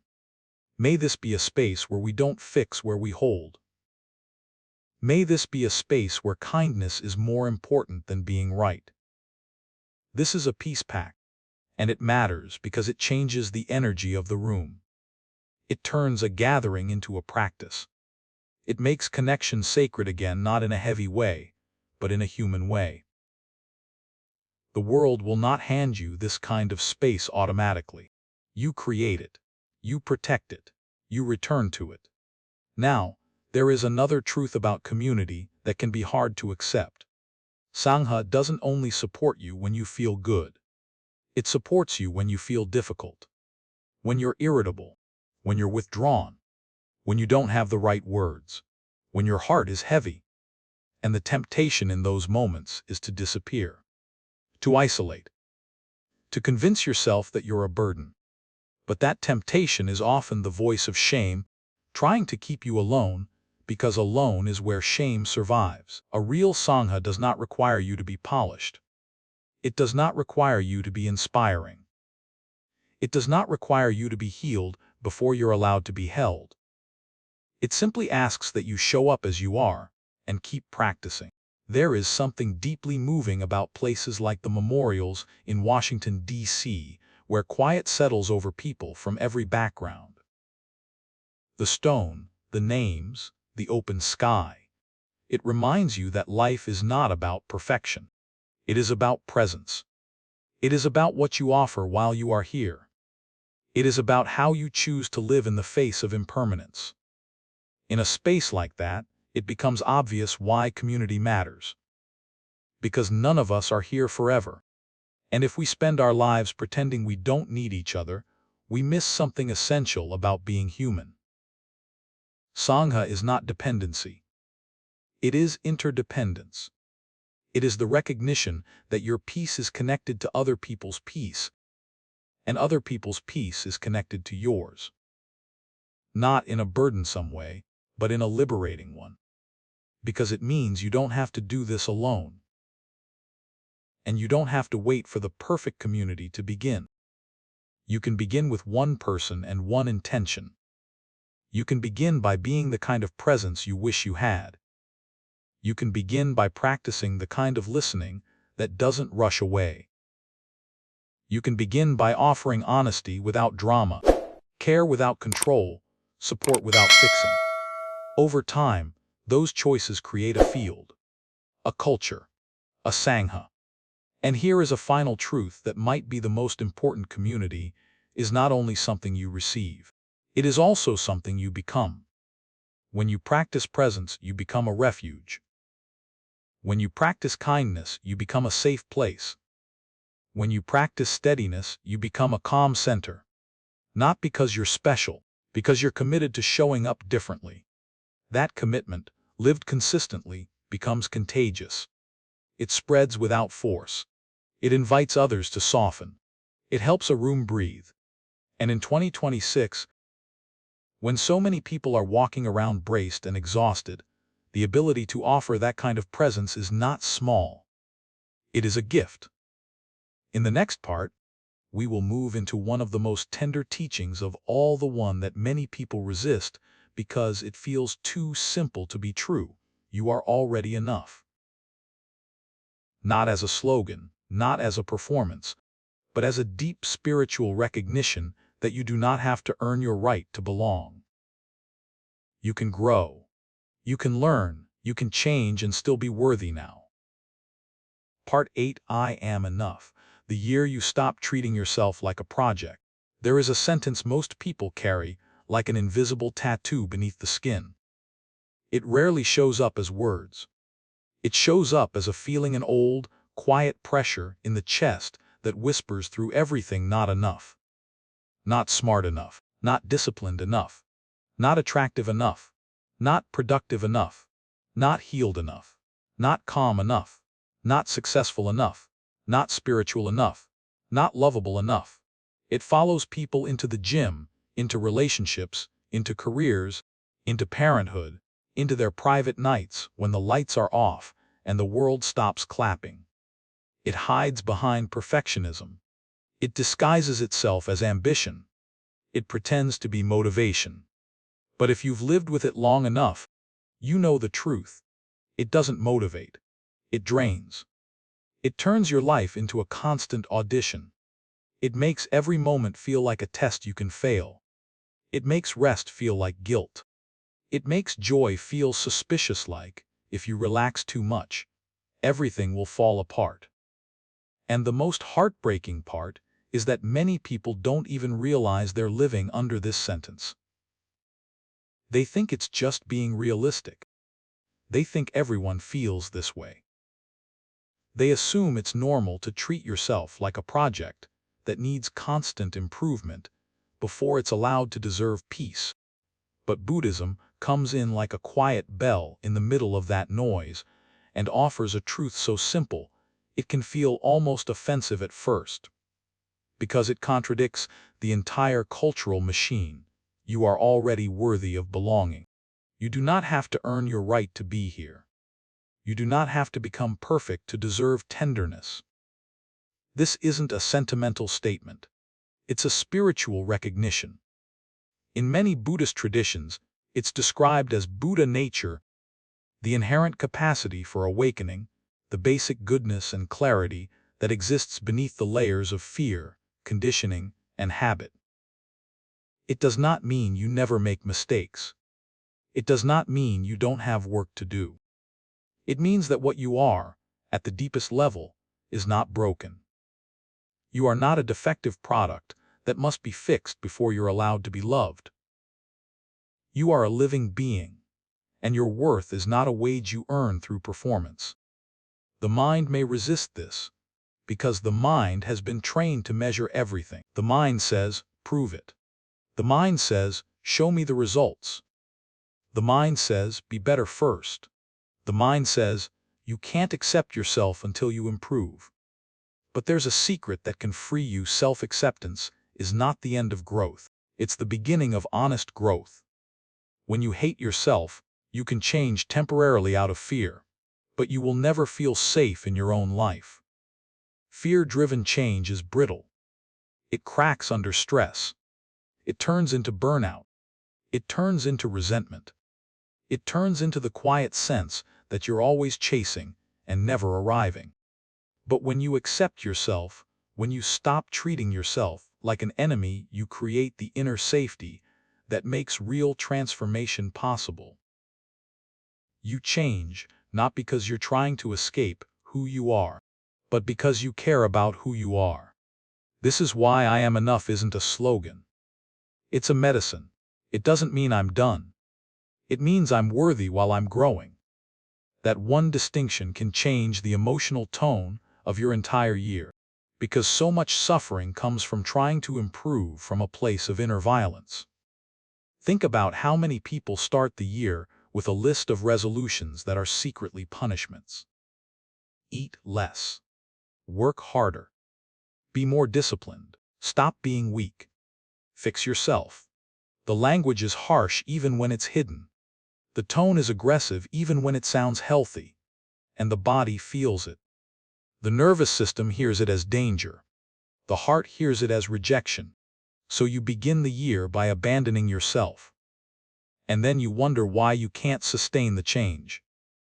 What if 2026 is the year you choose a different foundation? Not improvement as punishment, but growth as devotion. Not self-attack, but self-respect. Not the endless chase to become worthy, but the deep remembering that you already are. There is a practice you can use to anchor this remembering, especially in moments when the not enough story is loud. It's simple, it's quiet, and it is powerful because it speaks directly to the nervous system. Place a hand on your chest, or let your hand rest where you can feel your breath. Inhale here. Exhale enough. Here. Enough. Not as a performance. Not as a lie. As a return. Here means I am present with my life. I'm not lost in the past, not drowning in the future. I'm here. Enough means I don't have to earn the right to breathe. I don't have to prove I deserve this moment. I am allowed to exist without apology. Here. Enough. When you do this, you are not declaring that everything is perfect. You are declaring that your worth is not dependent on perfection. And that declaration matters, because it interrupts the most common spiritual trap in modern life, using self-improvement as a way to avoid self-love. People do this all the time. They say, once I fix this habit, then I'll respect myself. Once I lose weight, then I'll feel confident. Once I hit that goal, then I'll relax. Once I'm healed, then I'll be ready for love. But the finish line keeps moving, and life keeps passing. Buddhism gently asks, what if you treated yourself with respect now, and let that respect become the soil for change? This is not indulgence. It is intelligence. Because the deepest reason people struggle to rest is not time management. It is worthiness. Many people can't rest because rest makes them feel useless. Rest makes them feel unproductive.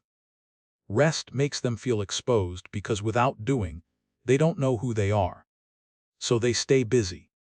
They fill the silence. They keep moving. They chase stimulation. They turn life into a constant project. But a human being is not a project. A human being is a living mystery. A human being is a heart that needs both growth and gentleness, discipline and tenderness, effort and rest. In Yellowstone, the earth releases steam from hidden places, rising into the cold air like a reminder that life is always moving beneath the surface. The land doesn't ask permission to be what it is. It doesn't justify itself. It doesn't apologize for being volcanic, for being wild, for being alive. Something in that landscape teaches without words, existence doesn't need to be earned. It simply is. And you, too, simply are. You belong to this life in the same way a tree belongs to a forest. Not because it is the tallest. Not because it produces the most. Not because it never loses a leaf. But because it is part of the living whole. The mind may argue. The mind may insist that belonging must be purchased with achievement. But that is a story the world tells to keep you running. It is not the truth of your humanity. So how do you live this teaching in a real year, with real responsibilities, real bills, real stress? You begin by noticing where you treat yourself like a project. You notice the moments when you speak to yourself with contempt. You notice the moments when you can't celebrate progress because you're obsessed with what's missing. You notice the moments when you deny your own needs because you fear being inconvenient. You notice the moments when you use productivity to numb pain. And then, instead of piling on more shame, you offer yourself one simple permission. Write it down if you can, because written truth has weight. I give myself permission to be human today, not to be reckless, not to avoid responsibility. To be human, to have feelings, to have limits, to be imperfect, to need rest, to learn slowly, to mess up and repair, to have a tender heart in a difficult world. This permission slip is not childish. It is mature. It is the beginning of a life lived from dignity instead of self-hatred. And here is something that may surprise you. When you stop treating yourself like a project, you often become more effective, not less. Because you stop wasting energy on inner war. You stop draining your own battery through constant self-criticism. You stop carrying the heavy burden of pretending you're fine. And that freed energy becomes available for what actually matters: presence, kindness, creativity, courage, love. I am enough is not an excuse. It is a foundation. It's what allows you to face your flaws without collapsing into shame. It's what allows you to take feedback without turning it into a verdict. It's what allows you to grow without turning growth into self-rejection. And perhaps most importantly, it changes how you treat other people. When you believe you are not enough, you will often demand that others prove their worth too consciously or unconsciously. You will judge, compare, control, withhold. Because a heart that feels unworthy is always trying to create safety through superiority or perfection. But when you begin to remember your own enoughness, your grip loosens. You become more generous, more patient, more willing to allow imperfection in others because you are no longer terrified of imperfection in yourself.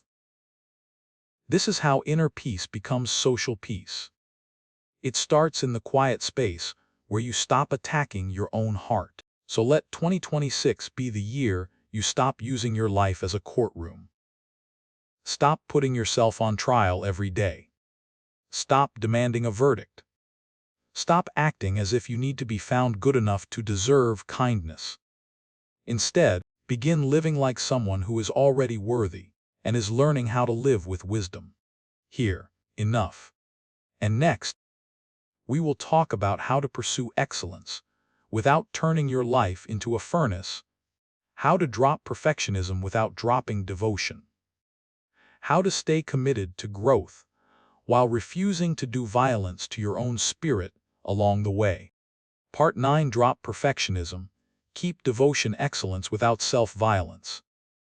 Perfectionism rarely announces itself as perfectionism. It often shows up as high standards, as being responsible, as not wanting to disappoint anyone, as trying to be the best version of yourself. It sounds noble, it sounds disciplined, it even sounds virtuous. But if you listen closely, not to the words, but to the feeling underneath, you'll recognize the true voice of perfectionism by its emotional signature. It doesn't inspire you. It tightens you. It makes your chest narrow. It makes your breath shallow. It makes the body behave as if love is conditional. It turns life into a performance where one wrong move could cost you belonging. And the most painful part is that perfectionism promises peace, but delivers the opposite. It says, if you do everything right, you'll finally relax.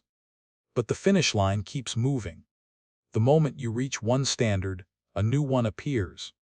The moment you succeed, the mind whispers, don't get comfortable. You could lose it. The moment you rest, guilt rises like a tide. So you keep pushing. You keep polishing. You keep proving. You keep pretending you're fine. You keep treating your own life like something you must earn. This is why perfectionism is not just a personality trait. It is a form of suffering. And it is one of the most socially rewarded forms of suffering in America. People call it ambition. They call it drive. They call it excellence. But in many cases, it is fear in a suit. Fear of being judged. Fear of being left. Fear of being ordinary. fear of being exposed, fear of not being enough. Buddhist practice doesn't ask you to stop caring. It doesn't ask you to live without goals. It doesn't glorify laziness or mediocrity.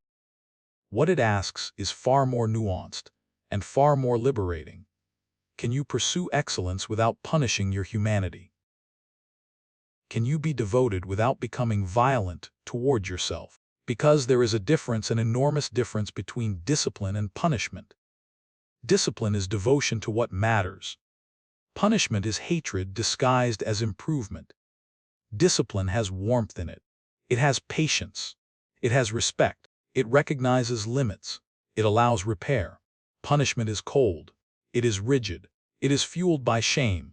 It demands perfection and offers no mercy. So, if 2026 is the year you want to live with more peace, the practice is not stop trying.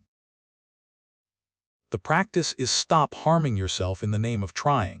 This begins with a different kind of standard, one that is clear without being cruel. You might call it the gentle standard. A gentle standard has 3 parts. First, clear intention. Not 100 goals. Not a life overhaul. A clean, honest intention that feels like truth in your body. I want to be steadier. I want to be healthier. I want to be more present. I want to speak with more kindness. I want to stop abandoning myself. An intention is not a demand. It is a direction. Second, small consistent actions.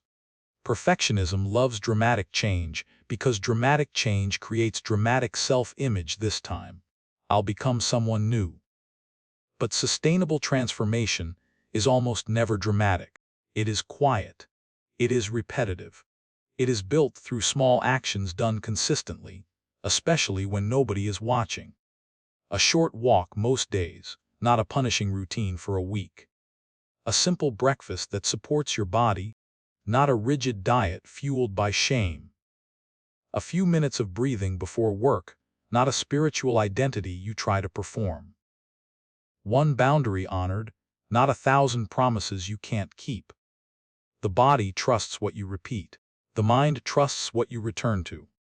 The heart heals through consistency, not intensity. Third, repair quickly after relapse. This is where perfectionism destroys people. Because perfectionism interprets a setback as a verdict. You miss a day, and the mind says, you've failed. You slip into an old habit, and the mind says, see, you'll never change. You lose your temper, and the mind says, you're not who you thought you were. But the truth is that relapse is part of being human. The practice is not never fall. The practice is learn how to get up without beating yourself. Repair is spiritual maturity. Repair looks like honesty without drama. Yes, I fell back into that. Yes, I reacted. Yes, I avoided. And now I'm returning. Returning is the win. Returning is the real discipline. Because the mind that can return without shame becomes unstoppable, not in a hustle way, but in a peaceful way. It becomes resilient. It becomes stable. It stops breaking itself every time life gets hard. Now, there is a method that can help you make this practical, especially if you live in a world full of demands. It's simple, but it's powerful, because it tells the truth about your life. Make 2 lists. List A, what matters. List B, what drains peace. List A might include things like health, meaningful work, family, creativity, spiritual practice, friendship, integrity, rest, learning, service. List B might include constant notifications, late-night scrolling, overcommitting, people-pleasing, harsh self-talk, skipping meals, saying yes from guilt, staying in conversations that poison the nervous system, consuming outrage until your chest tightens. Then, for this week, only this week, remove 1 thing from list B. Not 10 things. Not a complete personality makeover. 1 thing. Because 1 removal is not small. 1 removal is a reclaiming of attention. 1 removal is a boundary that tells your nervous system, I'm protecting you. 1 removal creates space, and space is where peace returns. A huge part of perfectionism is the belief that everything must change at once to be meaningful. But wisdom says one thing at a time, one habit at a time, one gentle repair at a time, one honest boundary at a time, one day at a time. This is especially important in modern work culture, where perfectionism often hides behind professionalism. The email that must be perfect. The message you rewrite 10 times. The meeting where you feel you must sound flawless. The fear that one mistake will define you. But if you live inside that fear, you will spend your life braced. You will never feel safe. And a braced life is not a peaceful life, even if it looks successful. So here is a different practice. Let ordinary life become training, not torture. When you write an email, notice the tension in your shoulders. Soften it. When you enter a meeting, feel your breath for one full inhale and exhale before speaking. When you make a mistake, practice naming it without collapse that wasn't aligned. I'll repair. When you receive criticism, breathe before you decide what it means. This is how you stay devoted without becoming violent. And there is something even deeper underneath perfectionism that many people don't want to face. Perfectionism is often an attempt to control love. The mind believes, if I'm perfect, I'll be safe. If I'm perfect, I won't be rejected. If I'm perfect, I won't be hurt. But perfection cannot guarantee safety. It cannot guarantee love. It cannot prevent loss. It cannot stop life from changing. So, perfectionism keeps you working and working and working because it is trying to solve an unsolvable fear. Buddhism offers a different solution. Instead of trying to control love, you learn to become loving. Instead of trying to control the future, you learn to be present. Instead of trying to avoid pain forever, you learn how to meet pain with wisdom when it comes. This is what devotion truly is. Devotion is not obsession with outcomes. Devotion is commitment to a way of being. It's choosing, again and again, to live with integrity even when you feel messy, to be kind even when you're stressed, to return even when you've wandered. Perfectionism is brittle. Devotion is strong. Devotion can hold imperfection without collapsing into shame. And this matters because so many people have been taught that harshness is the only way they'll change. They believe self-criticism keeps them sharp. They believe kindness will make them lazy. But the opposite is often true. Harshness drains energy. Harshness creates avoidance. Harshness triggers rebellion. Harshness makes the nervous system feel unsafe, and an unsafe nervous system resists learning. Kindness creates safety, and safety allows growth. This is not sentimental. It's practical. If you want to sustain change through a full year, with real stress, real challenges, real setbacks, you need a relationship with yourself that doesn't break every time you're human. You need devotion. You need the gentle standard. And in a city like Los Angeles, sitting in traffic with red lights and endless lanes, you can feel how much suffering comes from urgency and perfectionism. The mind wants the road to behave. It wants the world to cooperate. It wants everything to move at the speed of your desires. But traffic is a teacher. It shows you what happens when reality doesn't match your plan. You can grip the steering wheel and suffer, or you can breathe and practice. Not because the situation is ideal, but because your life is happening in that moment. And if you can practice there inside frustration, inside delay, inside the pressure to hurry, you can practice anywhere. This is what excellence without self-violence looks like. It looks like breathing at red lights, instead of feeding rage. It looks like making room for imperfection without giving up your values. It looks like choosing consistency over intensity. It looks like repairing quickly instead of spiraling into shame. It looks like telling yourself the truth with warmth, I'm learning. And here is the final, liberating truth.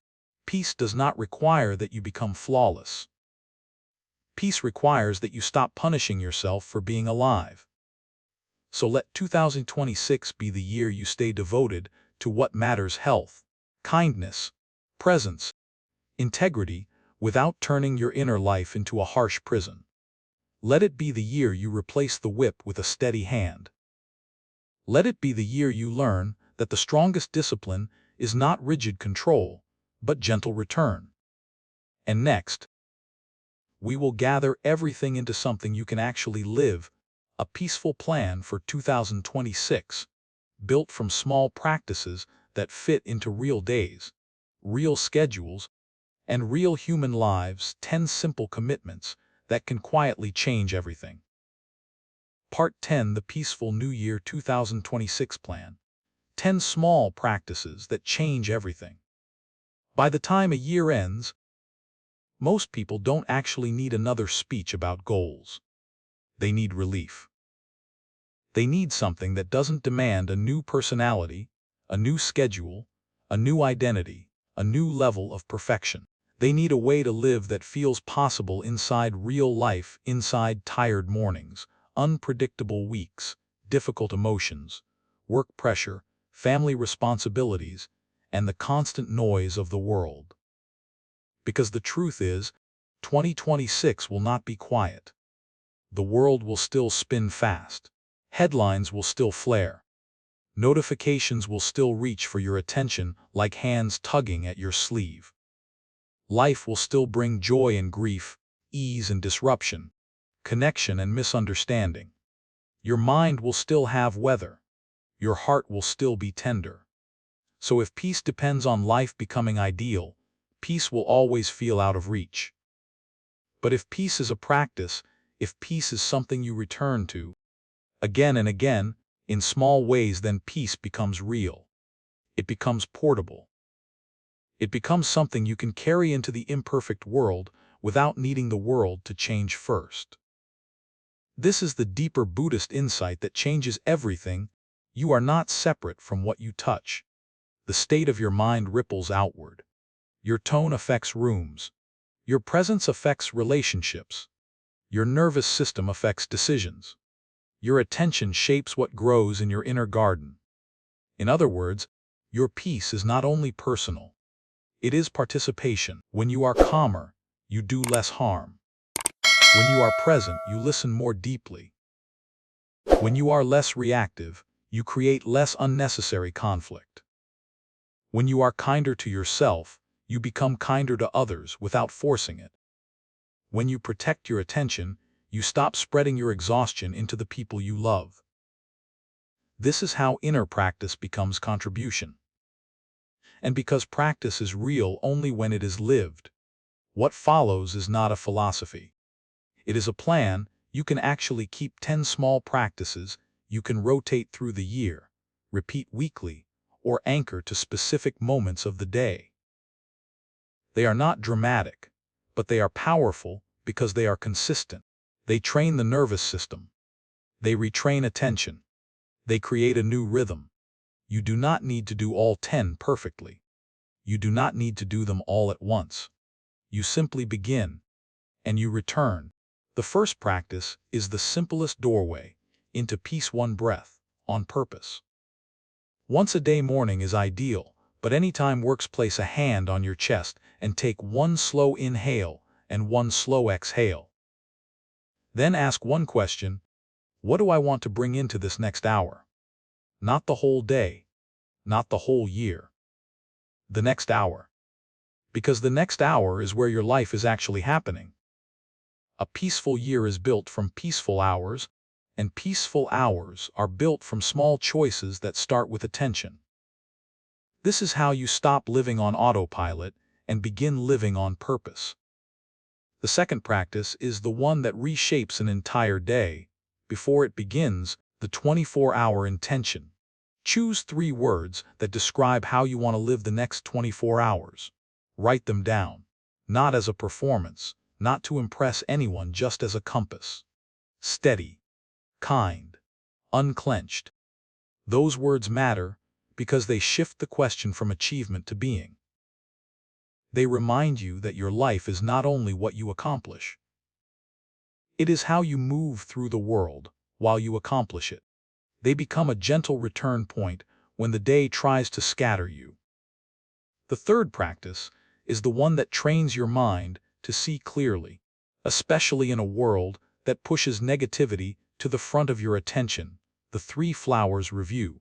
Before sleep, remember 3 moments from your day: 1 moment of courage, 1 moment of kindness, 1 moment of restraint. This is not forced positivity. This is reality training. It is the practice of refusing to let your mind erase the good, simply because pain exists. Over time, it changes the emotional narrative of your life. It shows you evidence of your own goodness, not as vanity, but as truth. The fourth practice is the one that turns pain into wisdom instead of poison, the compost page. Once a week, write honestly about what you're carrying. Name it. Feel it. Let it be useful. Ask what it's teaching you, and choose one small act of care for the week ahead. This is how you stop dragging the past behind you like a chain and start transforming it into soil. You don't become peaceful by avoiding pain. You become peaceful by learning to hold pain without abandoning yourself. The fifth practice is the one that protects your mind in a world designed to hijack it, a digital Sabbath light. Choose one evening a week, just 3 hours, where screens go dark on purpose. No news. No endless feed. No algorithm tugging at your nervous system. Let the mind become quiet enough to remember itself. At first, the restlessness might surprise you. That restlessness is not a flaw. It is withdrawal from stimulation. And on the other side of that restlessness is something many people haven't felt in years: the return of inner silence. The sixth practice is the one that can prevent unnecessary harm before it begins: the 30-second arrival. Before a conversation, before a meeting, before you respond to a message that could escalate, pause. Exhale. Soften the jaw. Feel your feet. Let your shoulders drop even a little. Then speak from that steadier place. This is where peace becomes practical. It is the difference between reacting and responding. It is the difference between winning and connecting. It is the difference between spreading stress and creating calm. The seventh practice is a way to listen to your own life, especially the parts that are trying to speak beneath the noise, the one-question walk. 2 times a week, take a 10-minute walk and ask one question: what am I not admitting I need? Then walk and listen. This practice is not about overthinking. It's about letting the truth rise in its own time. Often, the needs you deny become the places you suffer. But when you listen, you begin to care for yourself wisely instead of living on autopilot. The eighth practice is the one that heals the deepest cultural wound, the belief that you must earn your worth, the enough breath. Inhale here. Exhale enough. Deep listening then becomes a doorway to real connection, starting with listening to your own body, mind, and needs, so you can meet others without defense or fixing. And because humans are not designed to heal alone, Sangha, true community, becomes medicine presence that holds you, not advice that rushes past you. Beneath all of it is the most tender teaching: you are already enough. Not finished, not perfect, but worthy while you grow. From that foundation, you can drop perfectionism without dropping devotion, pursuing excellence without self-violence.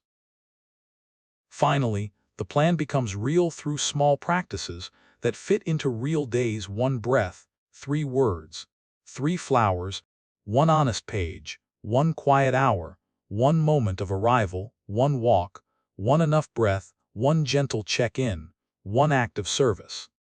The deepest lesson is this: peace is not the absence of struggle, it is the presence of return.